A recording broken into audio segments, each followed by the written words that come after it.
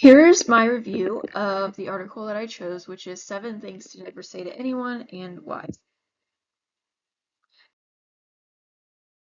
The first one is going to be, hey you, come here, which gives off a negative tone and just isn't inviting, and it will honestly make the person want to do the opposite of what you're saying. Generally, it is associated with being in trouble. I know growing up, I only heard it when I did something wrong.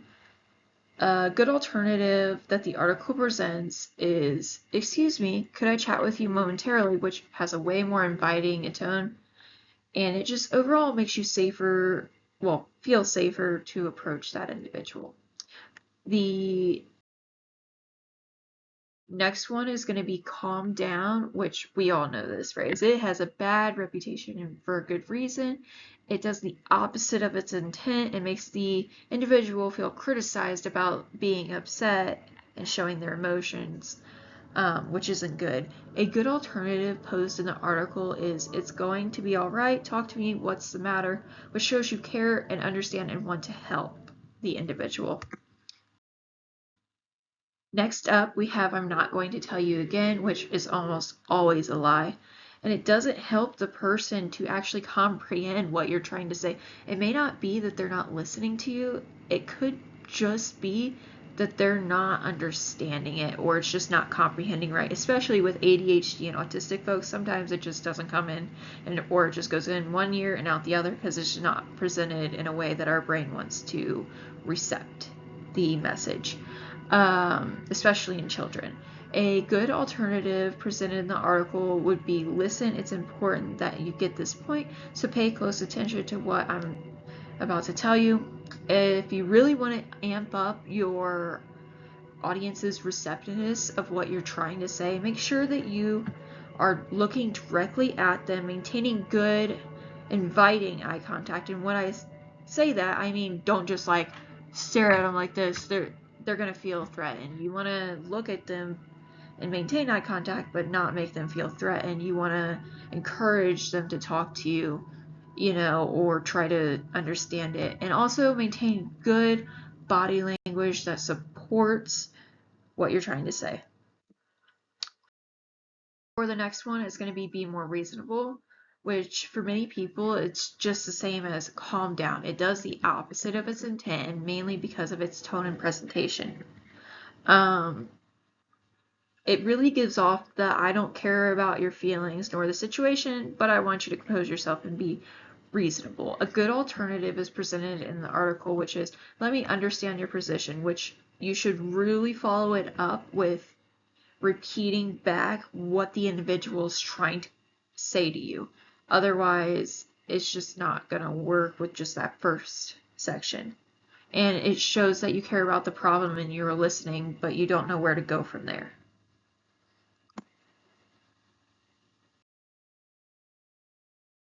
For the next one, it's going to be because those are the rules.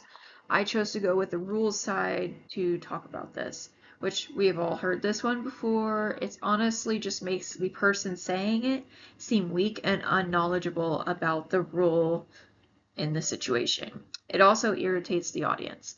You're better off explaining why it is a rule, otherwise you will meet a ton of resistance and backfire. A good alternative that the article presents is to explain why the rule is there. For example, this rule is in place to keep you safe, even though it may seem silly. Not following it could cause you to hurt yourself or others, which is saying, you may think it's silly, I think it's kind of silly too, but it's a safety kind of rule and we should follow it just to make sure everybody's safe, Which takes us to the next one. What's your problem? It gives off a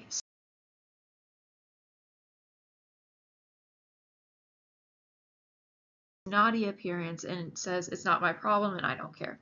Makes the person upset, feel helpless, and misunderstood. You're better off to ask what is wrong in a more inviting tone, like, hey, I can see you're upset. I would like to help. Can you help me understand the situation so I can help you? Which is way more friendly and inviting. And then we have, what do you want me to do about it? which automatically comes off as extremely sarcastic and invasive of the problem. It's very unempathetic. It also shows that you are frustrated, but not in a good way.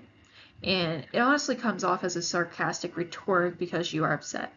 A good alternative would be, I understand there is a problem, however, I am unsure how to solve it. I am just as frustrated as you are, so let's take a break to think on it and then work together to find a good solution. This break gives you time to rethink on it and calm down before you go back at it. It's empathetic and also gives a good tactic on how to solve the problem with a level head for both parties who are struggling. The next part, it applies to Chapter 6 of Verbal Judo, the Gentle Art reading. There are also 4 other phrases that are presented in that reading, but for this one, we're only going with the 7 in the article, which is a repeat of the chapter in the book. The only exception is the examples presented and how in depth it is explained. The reason these are important because they provide a list of phrases to avoid that might make the situation worse. It also gives you a good tool set of handling situations like these, even from the other side, because we've all been there, you know?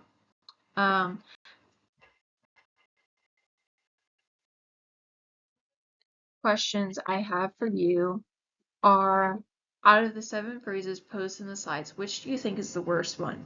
Personally, I think it's calm down, which is my least favorite phrase to receive.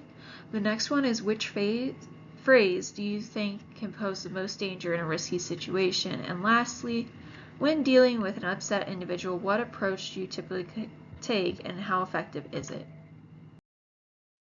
This slide just cites what sources I used. There's not much else to it. And lastly, we're at the end. Let me know if you have any questions.